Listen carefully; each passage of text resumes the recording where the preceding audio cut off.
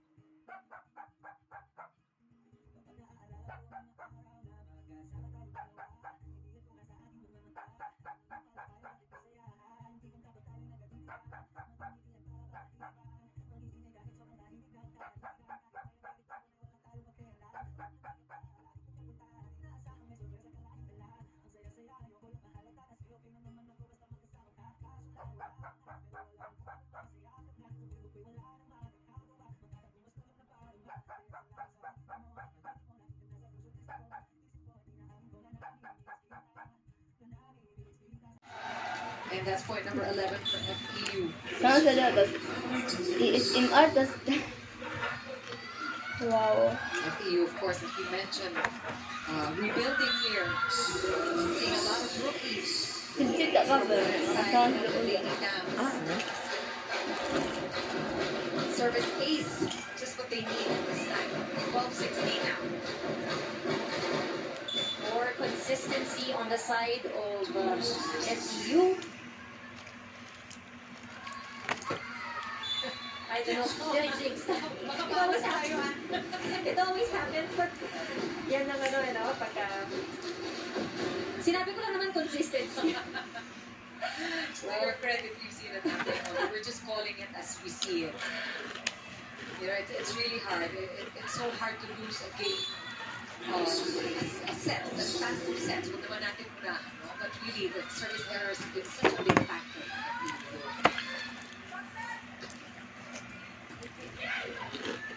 Nice receive there, and close to the net.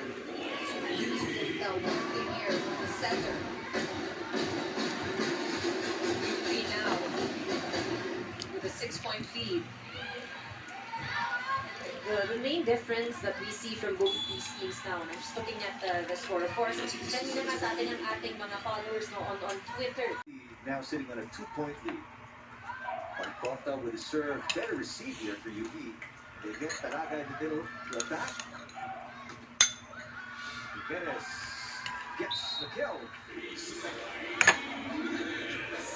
USC with 3 set points here, 24-21. Timeout by Coach Di Mapunagan.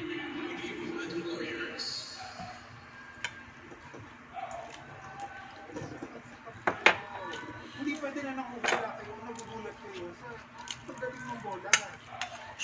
Diba? Kaya nga sabi, kalma. College shit. Anong gagawin? Para ka ba kitikitid dyan, kukuha ng bola? Di ba hindi? Dahil na nga. Huwag mo kasing bigit out, ilabas mo na, taas mo na.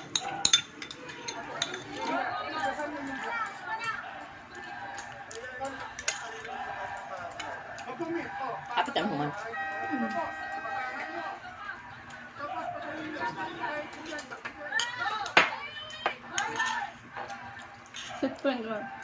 We also know UE is a young team, and Coach Di Mapunagan trying to keep some composure, especially in pressure-packed situations.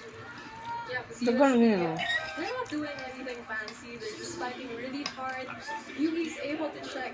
Their blockers are able to check the ball, but you know when you're rattled, it's really hard to move the way you're supposed to move. Well, this is going to be a tall order if UE the 3 set points they have to save.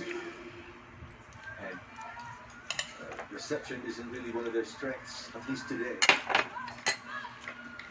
They get a good first ball there. Keyzone will set it up for Dingay.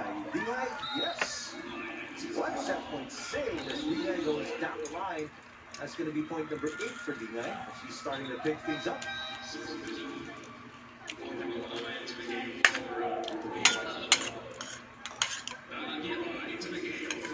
Di ka mo ma-feel ang halang basta nakikaunong lain. To maintain a full front line. Well, lagi. They really, Kung sa 2 times pa? Up there, obviously.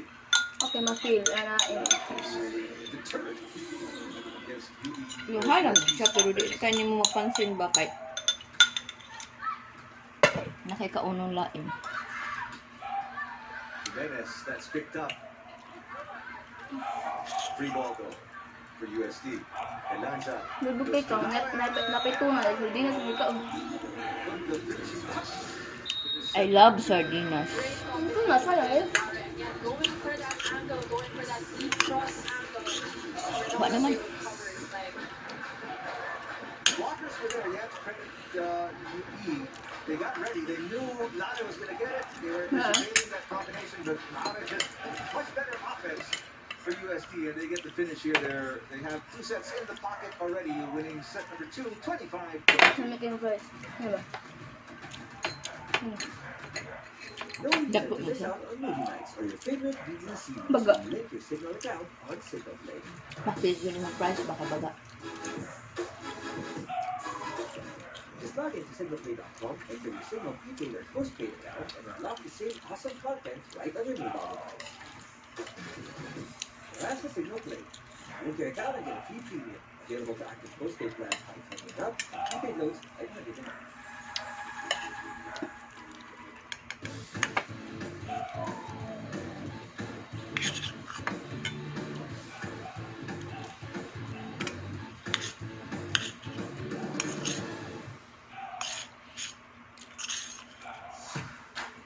You're watching the UAE Season 84 Women's Volleyball.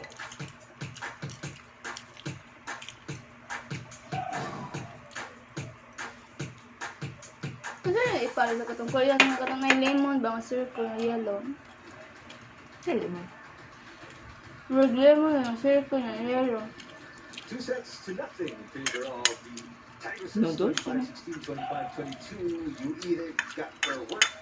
Karamihan. Oh, kalit na. Before we talk about what's up Katong next, let's see what pansad, happened katong white. to the set. Katong nagradish Some siya. highlights of set number 2 here. Ha? He was able Mas to lang, isa ko sure. get closer with USD Matanang at ko. the end of the set. Radish, vegetable man na. Small Yeah. errors really spelled the difference. Sila bakit ano? USD was covering better, they were receiving better and defending better. And Mukbang sila ani ba kay? Na dito, Radish. Hindi ko sure kung radish ba. USD was going for ALR. It was Radish really na? hard to contain. Tofu. Lara was a big factor Okay. in set number 2. She had 15 points. And most of those coming in set number 2. Very aggressive. But I like seeing how UE is fighting even after their first set loss. We'll see this set if they'll be able to contain their errors. Actually, they didn't have much errors this set compared to the first set. But of course, you know, those service aces from USD and the difference in the attacks really spelled the difference. Much better for UE, like what you said, Gia. Only 3 unforced errors for them. USD with 8. But if you're UE, you have to find a way to stop Ayanala. She has 15 points, although she's the only player in double digits for USD. But 10 of those came in set number 2. How do you control her? Lada. Wow. A spectacular approach and finish. Lada, that's going to be her 11th point of the game. They're going to have to increase their point output if they want to stay close to USD and get this set. We talked about how Dingay must step up. She did score 5 points in set number 2. Only had 3 points in set number 1. So she's starting to step it up. A few moments later.